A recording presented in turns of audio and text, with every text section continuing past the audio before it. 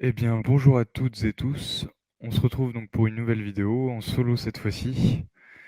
Alors, je vais dans cette vidéo vous parler de 3 anecdotes principales. Donc, l'idée derrière, c'est vous témoigner un peu mes expériences personnelles de l'ordre, on va dire, du surnaturel, entre guillemets, même si c'est pas vraiment du surnaturel, puisque ça peut, je dirais plus que c'est classé dans cette catégorie. Et je pense que ça peut être intéressant parce que ça va permettre aussi de lever un peu les tabous sur ce genre d'expérience, sur ce type d'expérience, de rendre compte aussi que c'est pas forcément des expériences qui sont inhabituelles au possible et que en fait pas mal ont dû vivre ce genre de phénomène. Et puis vous le partagez parce que c'est vrai que ça fait un moment que je voulais vous en parler. Je me sentais pas forcément prêt pour en parler et là, bon bah c'est le moment, je me lance.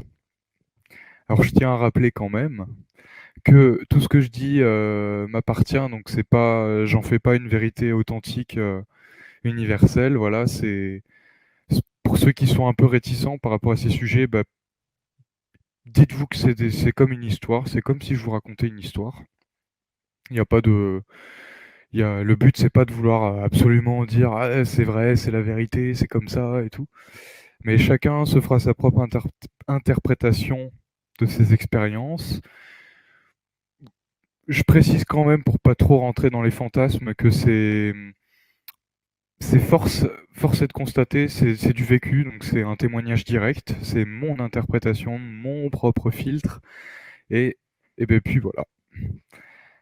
Alors, la première, euh, la première information que je voulais partager, c'est que depuis tout petit, depuis que je suis arrivé là, ici, j'ai eu la chance, et c'est pas de la chance parce que je pense que la vie est bien faite, de grandir dans une famille d'ingénieurs.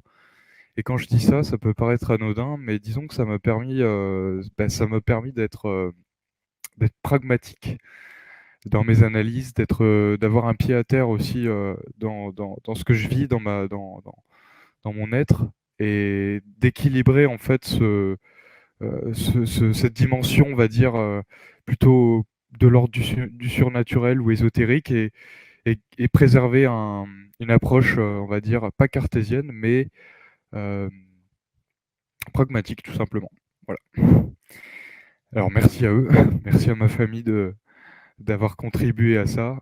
C'est vrai que ça aide beaucoup et, et ça n'empêche pas, comme vous le voyez, enfin comme vous pouvez le constater aussi, de vivre justement des expériences qui sont pas forcément reçues, qui sont considérées soit comme de la pseudo-science et tout. Mais ce qui est intéressant, c'est que souvent ce genre d'arguments, ils sont donnés par des personnes, soit qui n'ont pas fait ce genre d'expérience, euh, qui n'ont pas vraiment digéré, qui ne sont pas ouverts à ça, et c'est pas grave, hein. Mais voilà, je pense que pour l'entendre, faut avoir un minimum faut être ouvert, tout simplement. Alors, je commence avec, donc ça, c'est pas une expérience unique, disons que c'est une succession d'expériences qui, on peut dire, se sont liées les unes les autres, et ça remonte à 4 ans environ. J'étais encore au lycée à cette époque-là, donc c'est un rapport avec l'éclairage et les lampes, les ampoules, tout ça, tout ce qui est lié à l'électricité. Quand je marchais dans les couloirs du lycée, au début, c'est là que je m'en suis rendu compte, et aussi chez moi, ben, dans tout le couloir, donc t'avais plusieurs lampes pour éclairer tout le couloir. Et là où je marchais, à 1 mètre devant moi et 1 mètre derrière moi, ben, les lampes, elles se mettaient à s'agiter, comme si elles clignotaient en fait. Ça clignotait de manière répétée en fait, toutes les 4 secondes à peu près. Donc au début, forcément, je me dis, oh bah tiens, il y a un souci au niveau de l'éclairage, ça peut arriver. Sauf que ben, il se trouve que ce phénomène, je l'ai retrouvé chez moi, dans ma chambre, dans ma salle de bain, dans les toilettes, partout où j'allais en fait, il y avait ce phénomène, donc ça arrêtait pas de clignoter comme ça, comme si la lampe, il y avait une ombre dessus qui se mettait qui empêchait l'éclairage, et très rapidement. Et partout où j'allais, donc dès que je rentrais dans une pièce, que j'étais dedans, ça se mettait à faire ça. Et ça me l'a fait encore récemment, ça l'a fait pendant d'ailleurs pendant plusieurs années. Des fois ça le faisait pas, des fois ça le faisait. Donc première hypothèse, premier truc, je me dis bon là déjà il y a un truc, hein, c'est pas juste un souci au niveau, c'est pas un faux contact ou quoi, il y a quelque chose. Étant donné que ça se fait dans plusieurs endroits différents et que j'ai demandé aussi à mes parents, à mes proches si ça leur faisait ce phénomène, ils m'ont tous répondu non. Donc déjà là ça m'a mis la puce à l'oreille. Et donc j'imagine bien que vous faites cette hypothèse quand je vous raconte ça, que est-ce qu'il n'y aurait pas une présence, donc est-ce que ce serait pas une présence qui me suit ou qui est avec moi? Alors, je vais écarter cette éventualité avec deux éléments donc, qui se sont révélés à moi par la suite. Le premier, alors c'était dans la chambre, ça a duré pendant à peu près un an. Tous les soirs, dès que j'étais dedans, la lampe de ma chambre, là où je vis ici, elle clignotait pas, elle était éteinte, mais d'un coup elle s'allumait, ça faisait pfiou comme ça c'est comme s'il y avait un coup de jus en fait dans la lampe qui l'allumait pendant une fraction de seconde, et ça faisait des sortes de tic comme ça. Alors au début j'ai un peu, pas flippé, mais ça m'a quand même un peu surpris, c'est vrai que tout porte à croire que c'est une entité ou quoi. Et puis, un jour, donc j'étais chez ma copine, on s'apprêtait à s'endormir et ben, je m'endors, je m'assoupis, j'étais sur le dos. Et là, je me sens dans un état à moitié dans le sommeil et pas complètement, c'est-à-dire à moitié conscient, comme si t'étais en veille, hein. Et j'ouvre les yeux et je me retrouve au niveau du plafond, devant la lampe. Donc c'était une lampe rouge un peu chinoise. C'était une ampoule avec une sorte de globe une- rouge en fait. Je sais pas si vous voyez ce type de lampe à la chinoise. Et au moment où j'ouvre les yeux, donc je me retrouve au niveau du plafond. Donc ça me surprend. Parce que c'est au moment où je réalise que je suis pas dans mon corps et que je suis au niveau du plafond, j'ai comme un effet de surprise. Et cet effet de surprise, au moment où j'ai cet effet de surprise, la lampe, elle se met à faire paf, comme ça. Et j'entends le bruit, comme si c'était vouf, un bourdonnement électrique, comme une explosion, en même temps que je vois l'éclat. Et en même temps, donc je vous déplie ça comme si c'était une partition, mais c'était vraiment, tout s'est joué à une seconde, même pas. Au moment où donc, quand je suis au niveau du plafond, je réalise donc que je suis là. La lampe, par l'effet de surprise, elle réagit aussi, donc ça fait paf! Et j'ai l'impression de chuter comme si, je tombais d'une falaise. Je me réveille dans mon corps en sursaut comme si j'avais eu un coup de jus, et je revois la lampe au moment où j'ouvre les yeux en grand en sursautant dans mon corps, la lampe qui fait exactement la même chose que vue au niveau du plafond. Alors, c'est là où je me suis amusé et c'est ce qui m'a semblé évident, c'est que c'est ce qui m'a semblé, ça se dit pas. C'est ce qui me semblait évident, plutôt. Hem, je suis convaincu que donc notre magnétisme, ce qu'on appelle en fait nos corps énergétiques, comme on veut, ben, produit ou du moins, réagit avec l'électricité. Et cette expérience en fait ça me l'a clairement démontré avec les autres anecdotes, avec l'éclairage. C'est que on a, notre énergie en fait, ce qui nous anime, nos nos corps subtils et cetera, ont, on va dire une certaine, puissance électromagnétique. Et d'autres pistes qui m'ont conforté dans cette idée, c'était que, ben, j'en ai fait les frais, enfin les frais. J'ai eu l'occasion de le voir avec les ordinateurs, que j'ai eus. J'en ai pas eu 36 000, mais ça me l'a fait souvent. C'est que dès que j'étais un peu, surexcité ou un peu trop, à fond, l'ordinateur il déconnait, il ramait, ça mettait 10 ans, pas la connexion internet, hein, mais vraiment l'affichage, donc les fenêtres, tout ça. Le téléphone, c'est pareil, j'en ai pété à cause de ça, il se déréglait, il se mettait à faire n'importe quoi. Et Ça peut paraître réducteur et ça peut paraître, assez limité comme, on va dire comme hypothèse, mais, quand tu fais l'expérience de ça, il y a toujours ce truc qui te dit: «Bon, il y a un truc qui dépasse un peu, ce qu'on te dit sur tout ça ou ce qu'on te dit que c'est pas vrai et tout» et quand tu en fais l'expérience, bah, c'est là que tu te rends compte que ça, en fait, c'est bien réel. Même si au fond de moi, je savais que tout ça, ça existait, je savais que tout ça, c'était une évidence, que j'avais déjà fait des sorties de corps, avant, quand j'étais plus jeune et plus récemment aussi, mais de pouvoir, de façon tangible et consciente, le vivre et interagir avec la matière, même en étant, on va dire, hors de ton corps, donc comme si tu étais mort, hein, quelque part, enfin mort de façon, corporelle, on va dire, pas en arrêt cardiaque. C'est ça qui d'ailleurs est assez intéressant. Et ben, tu peux réagir entre autres avec les ampoules, l'électricité et je sais pas pour ceux qui ont regardé des films, hein, mais dans certains films, on va dire d'horreur ou autres, des fois les entités, elles réagissent avec les éclairages, elles font un peu, vriller les lampes et tout.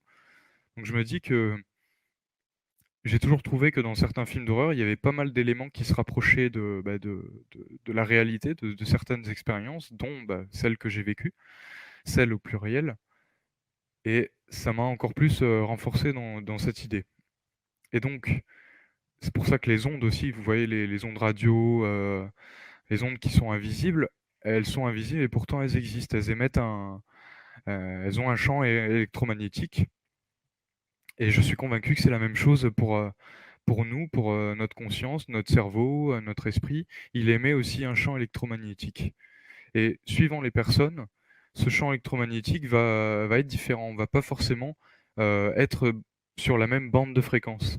Et quand je dis ça, bien sûr, c'est pas dans le sens, «Ah lui il est bas, lui il est haut en vibration», mais plutôt dans, dans la longueur d'onde, en fait, dans laquelle on va vibrer notre énergie. Bon, je suis pas un expert, j'ai pas tout le vocabulaire, on va dire, scientifique pour expliquer ça, mais ce que je suis sûr, c'est que, voilà, on peut vivre des expériences comme ça qui peuvent le rendre compte. La deuxième anecdote, qui n'a rien à voir, ou presque, c'est un cas de ce qui se rapprocherait le plus d'un exorcisme, auquel j'ai participé, j'ai assisté avec, qui concernait un ami à moi, aujourd'hui qui est devenu un ami, et ça s'est passé donc il y a 1 an, donc c'est plutôt récent. Ça s'est fait, donc chez un ami à moi, donc dans les montagnes. On était allé le voir avec, bah, l'ami en question et ma copine et donc quand je l'ai rencontré donc pour la première fois, il venait du nord. Il m'expliquait en fait qu'il avait une sorte de trou dans le plexus. Il avait l'impression d'avoir un gros trou béant et que ça fuitait, il perdait de l'énergie, il se sentait vraiment pas bien et c'est vrai que ça, au premier abord, ça se sentait. J'avais un feeling, où je le sentais vraiment, heu, un peu torturé, un peu dans l'errance, par rapport à lui-même et dans comme s'il avait besoin d'expulser quelque chose. Donc là, déjà, ça vous allez comprendre par la suite, mais ça m'a mis, on va dire, la puce à l'oreille et effectivement, quand on est arrivé chez notre ami, au début, tout se passait bien, si on peut dire, il y avait quand même une tension, d'entrée, que mon ami, qu'on est allé voir a senti, vis-à-vis de l'ami A. On va l'appeler l'ami A. Bon, ça fait un peu, ça fait un peu échantillon dit comme ça, mais c'est pour que vous ayez un repère et cet ami, chez qu'on est allé voir, m'a fait part, oui, qu'il sentait un inconfort. Il y avait un truc qui gênait, il y avait quelque chose de particulier. Ce n'était pas faux comme, on va dire comme intuition puisque, à un moment de la soirée, notre, notre ami A, mon pote a commencé à tout simplement à switcher complètement. Donc il a changé complètement d'humeur, de visage. Sa voix n'était plus du tout pareille et il avait un regard, je m'en souviens encore comme si c'était hier, un regard, qu'on pourrait caractériser de malicieux, de de pervers, comme une sorte de ghoul, de gargouille, heu, c'est c'est un feeling, tu sais, tu le vois au niveau du visage et tu le ressens. Donc là, c'est le moment où tout a basculé, pas dans le mauvais sens forcément, mais où la soirée a pris une tournure complètement inattendue, on pourrait dire, pour nous et pour lui aussi. Et quand tu te retrouves dans ce genre de situations qui, je l'avoue, ne sont pas forcément très courantes, on va dire ce qui est. Moi, c'était la première fois que ça m'arrivait, un truc pareil. Ben, dans ta tête, en fait, tout va très vite. Tu réfléchis plus comme d'habitude. C'est comme, tu sais, quand tu es en mode survie, en fait, tu t'es plus dans la réflexion, en fait, étirée dans le temps où tu vas commencer à faire tes calculs, à dire alors, je vais faire ça. Non, tu es vraiment dans l'instantané. Et qui dit que tu es dans l'instantané, bah, les réponses, en fait, le comportement le plus juste, il te vient spontanément. Et notre ami, du coup, il commence à perdre les pédales. Ah, attendez. Oui, j'ai ma copine qui m'a noté parce que j'essaie de me souvenir de tout. Alors, merci. Alors, notre ami donc qui commence à se sentir pas bien, à péter un plomb. Et avant ça, elle vient de me le rappeler, merci, tu fais bien. Les chats, donc notre ami qui a des chats chez lui, n'arrêtait pas de miauler, donc il se sentait un peu comme paniqué, comme s'il y avait un truc qui allait pas.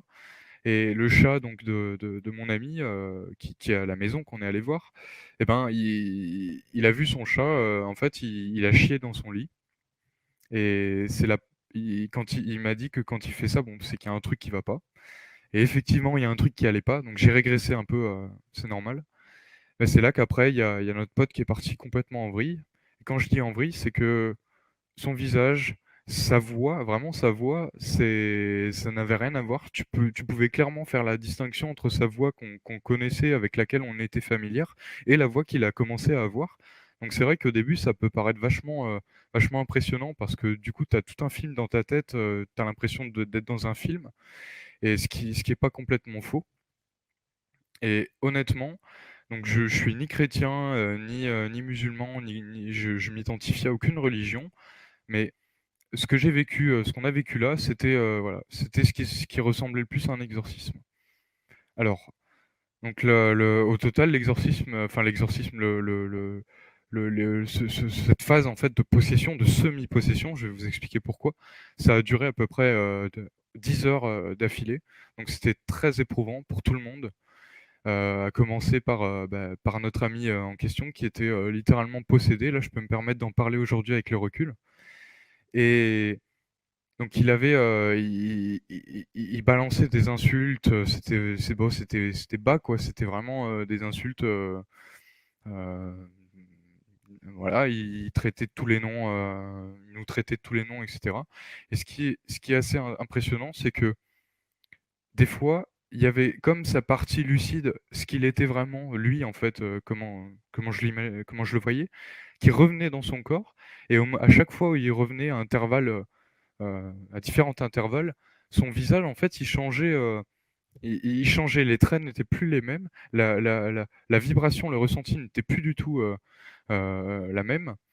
Et il avait le visage qui pleurait, comme on aurait dit un petit garçon en fait en pleurs qui se sentait en extrême souffrance, comme si en même temps il essayait de nous faire comprendre qu'il comprenait ce qui se passait, qu'il était avec nous.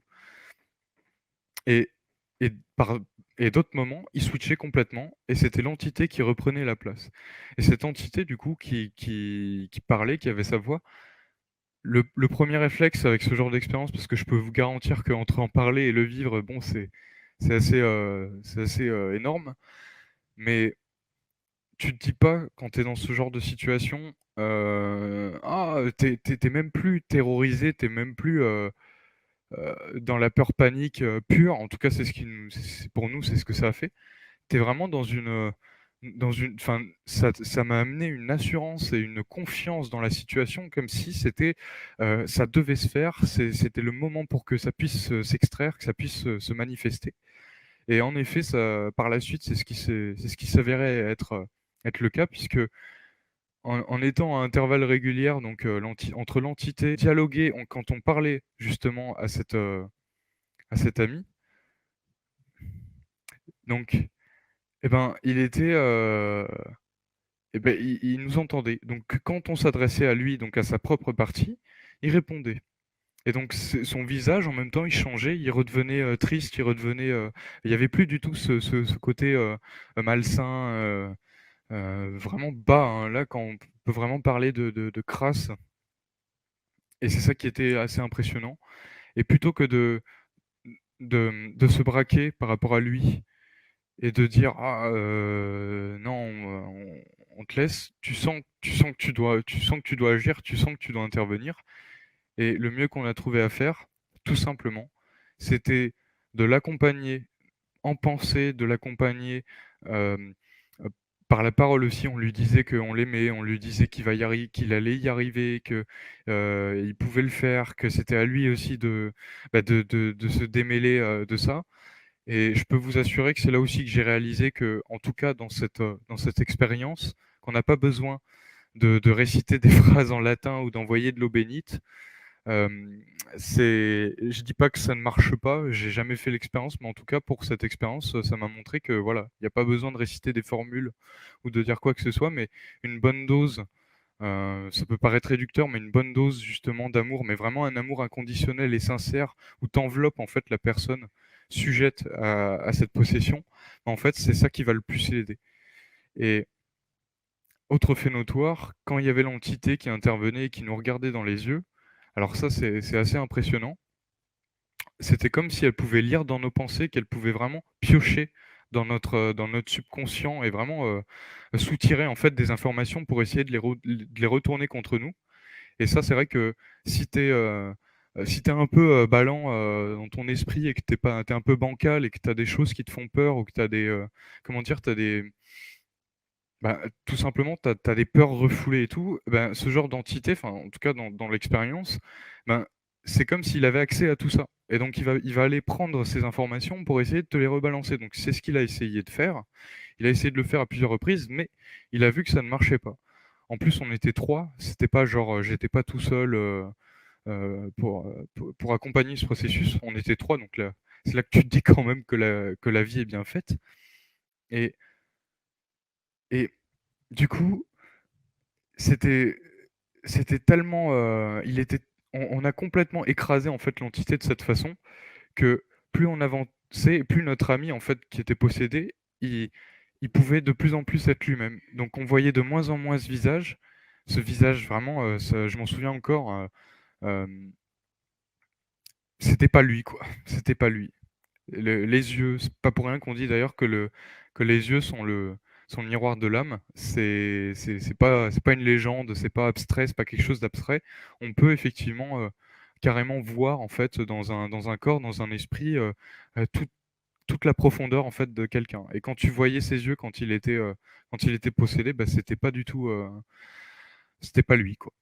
Et autre fait notoire de cette entité qu'on arrivait clairement à différencier le long de la nuit, en fait, ça s'est déroulé tout le long de la nuit, c'est que par moment, alors elle faisait des sortes de mouvements avec sa langue très rapides comme ça. C'était assez dégueulasse d'ailleurs, repoussant, répugnant. Et on avait l'impression que c'était comme si elle essayait de capter de l'information ou comme un tic, en fait, comme si c'était son tic. Et je peux vous garantir, non, j'ai rien à vous prouver, mais c'était la gestuelle, tout était, on pouvait faire la distinction claire. Et le lendemain, donc, enfin le lendemain, vers la fin, euh, quand vraiment on arrivait à prendre le dessus, on va dire ça comme ça, il s'est mis à vomir comme si il vomissait en fait euh, des choses, vraiment de la crasse, comme s'il vomissait l'entité. Et ça se voyait physiquement, il avait la gorge toute rouge, hyper contractée, mais de manière excessive, comme s'il était paralysé. Il avait été pris de convulsions aussi, il était comme ça. Et ça a duré ça pendant au moins 3 heures. Et pendant 3 heures, c'était un recrachat, c'était une sorte de vomi. Et j'abrège, mais et, et, et plus on dépassait en fait l'emprise de l'entité qui essayait justement d'avoir le dessus. Et plus en fait notre ami, bah, il reprenait ses esprits et on l'encourageait en fait dans ce processus. Donc c'était vraiment intense. Et ben, vers la fin, il nous a raconté le lendemain qu'il l'avait vu en fait carrément et qu'il ressemblait à une sorte de gargouille en fait, une sorte de truc un peu dégueulasse. Et ça avait rien à voir. Le lendemain, ça avait rien à voir. Il se sentait beaucoup mieux. Son visage avait changé. Il était moins, ses traits en fait du visage, ils étaient moins tirés. Ça, c'était aussi assez impressionnant. Il y avait plus de légèreté, plus de sérénité dans son esprit. Et il nous a raconté aussi que il s'en était en partie débarrassé, mais que le reste, en fait, ou du moins toutes les failles qu'il avait en lui, c'était à lui de les reboucher et que c'était à lui surtout de travailler là-dessus. Je sais pas si j'en parle de la manière la plus, on va dire, heu, entendable, mais j'ai pas mal abrégé, cette expérience, enfin, ce récit parce que c'est vrai que c'était assez dense.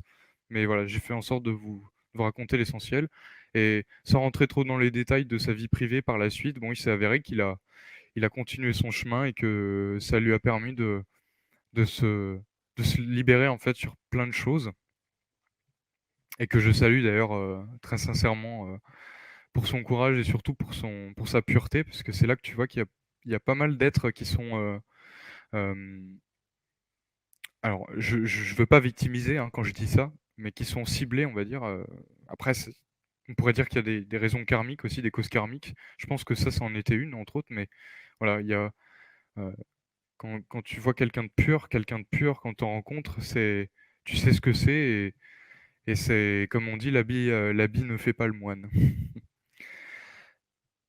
Eh bien, bon, ça, c'était la parenthèse, de l'exorcisme.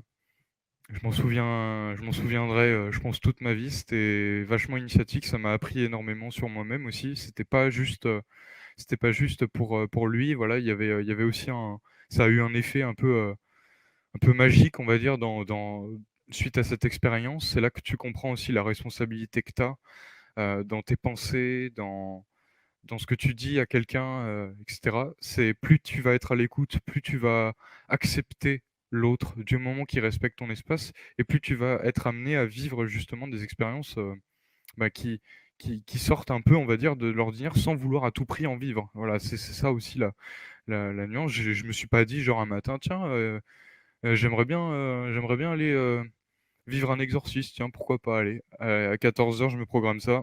Non, ça marche pas comme ça. Ça nous est, quelque part tombé dessus sans être tombé non plus. Et voilà, c'était une expérience que je voulais, vous raconter.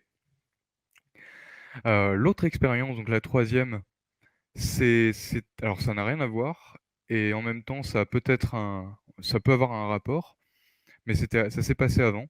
Donc c'était chez la sœur de ma copine, on était dans le nord, on était dans la chambre et on était en train on était partis pour se coucher, quoi, on était allongés et d'un coup, quand je m'assoupis un peu, je vois une sorte un gros flash d'appareil photo, au niveau du front. Vous savez les appareils photo avec les ampoules, à l'ancienne là, ça faisait vraiment le même bruit, comme ça et comme s'il y avait une photo qui avait été prise. Et juste après, en fait, je vois un visage d'une femme apparaître comme une photo imprimée dans ma rétine. C'était vraiment imprimé dans ma rétine. Les détails, je m'en souviens encore. Donc c'était une vieille femme, je dirais à peu près, la soixantaine, si ce n'est un peu plus. Après, c'est difficile à cerner parce elle était, pas mal amochée. Elle était rousse châtain. Elle avait une sorte de tunique, en fait, avec des un peu comme une tunique d'asile ou de patient. Et elle avait la gueule en sang, elle avait vraiment un visage, repoussant quoi, pas terrifiant, mais c'était vraiment pas beau et ça m'a un peu, bon, vous imaginez, ça m'a pas mal surpris et ce qui m'a surpris, c'était de la voir avec des détails aussi précis, comme si on avait pris en photo le truc et donc après ça, juste après l'avoir vue en ayant les yeux fermés, je la voyais encore et après elle a disparu petit à petit, du visuel, mais j'avais encore on va dire comme si j'avais imprimé un peu le visage.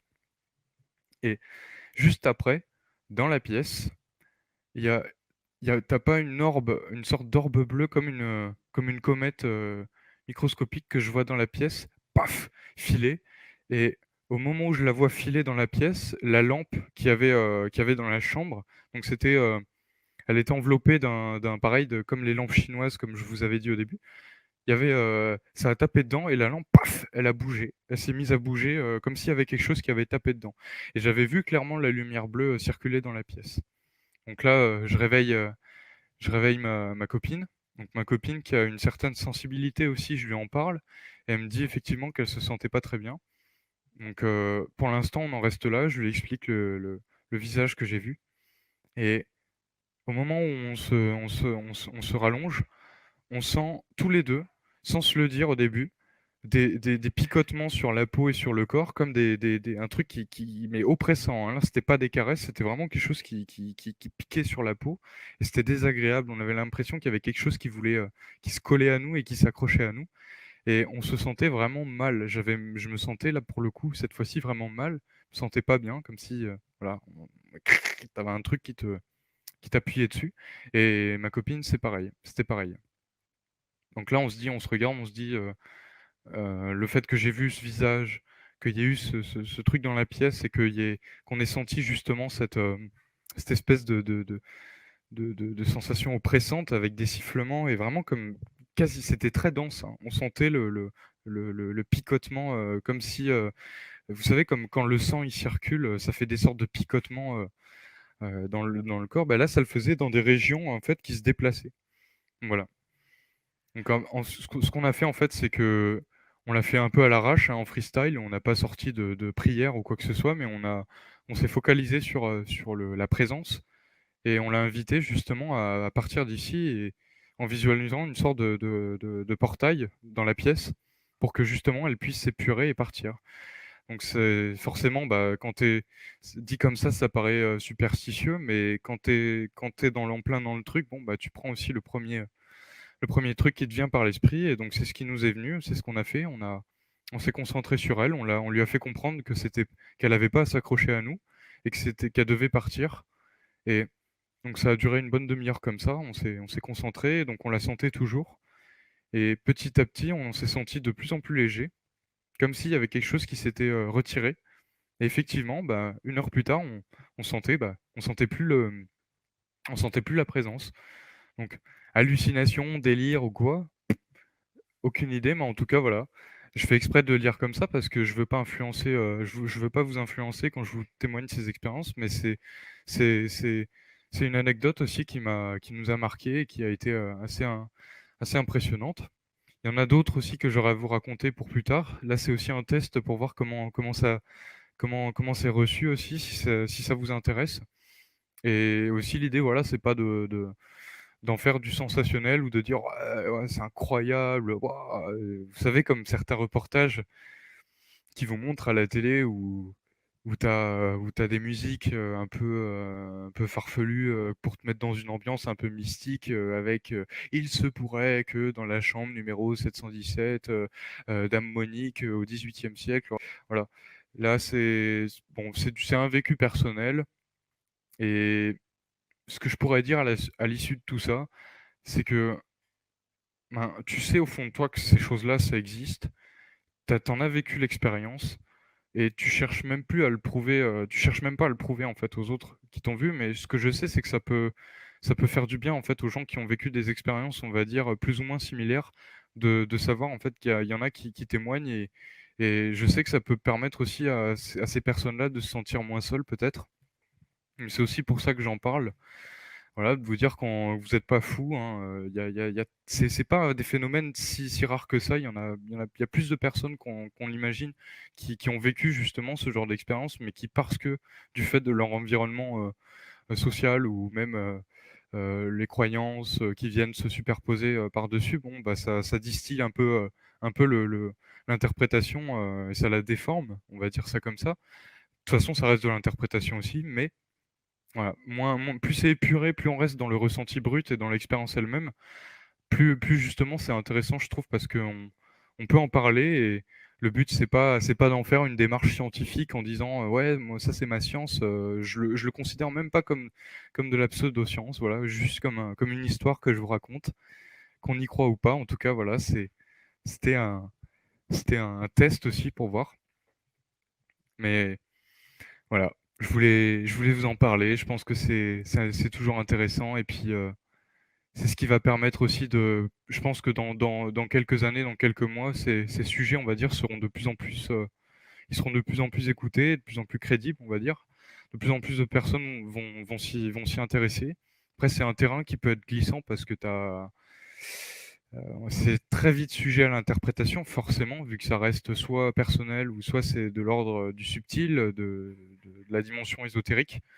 Mais voilà, c'est pas un phénomène qui est si rare que ça. Sans parler de l'exorcisme, bien sûr. Eh bien, je vous dis à très bientôt, mes amis. Et puis, j'espère qu'en tout cas, le récit, il a été bien raconté, voilà. Et on se retrouve à la prochaine, peut-être avec Rémi. Et merci pour vos retours pour la vidéo précédente, ça fait super plaisir. Et ça fait du bien aussi de pouvoir se lâcher. Alors, ben, je vous dis prenez soin de vous et à la prochaine. Au revoir.